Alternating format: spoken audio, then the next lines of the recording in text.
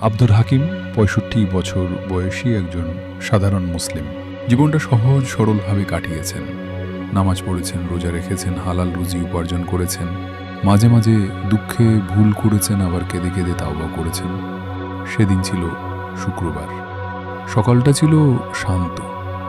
হাকিম সাহেব হঠাৎ বুক চাপা অনুভব করলেন। পাশে বসে থাকা ছেলে বলল, বাবা, হাসপাতালে নিয়ে যাই? হাকিম সাহেব শান্ত স্বরে বললেন, না বাবা, আমার সময় হয়ে গেছে। চোখ বন্ধ করে তিনি বললেন, লা ইলাহা ইল্লাল্লাহ। আত্মার বের হওয়া। হঠাৎ তিনি অনুভব করলেন যে তার শরীর থেকে যেন কিছু আলাদা হয়ে যাচ্ছে। এক ধরনের হালকা ভাব, যেন তিনি ভাসছেন। তিনি চোখ খুলতে চাইলেন, কিন্তু দেখলেন চারপাশ অদ্ভুত। চারদিক আলোকিত, সুন্দর গন্ধ।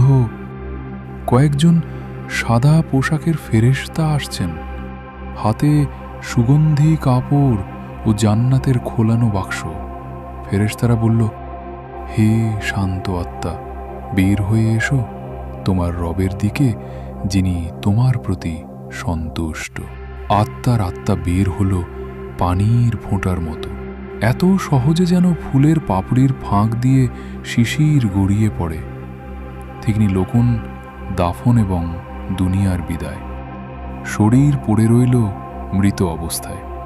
আত্মা আকাশে ফেরেশতাদের সঙ্গে উঠছে।